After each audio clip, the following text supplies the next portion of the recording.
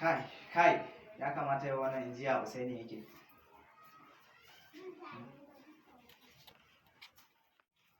To, layin na samu baya tafiya.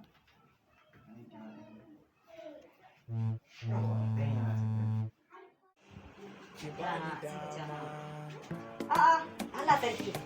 A sha Hassan ne a kan layi ko? Ya dai waya ta. Halo, Halo, ya ne Usaini? ka ne Hassan? Ya kake ya kwana biyu? Ya gida. Normal, ya yaushe za ka shigo Najeriya ne? Ya kamata ku shigo fa.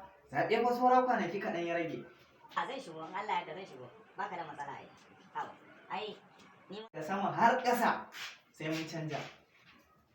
A nan gida Borno ina da jajeri, sama kuma a tiku. Wallahi bana wannan in ba mu canja ba. Akwai matsala.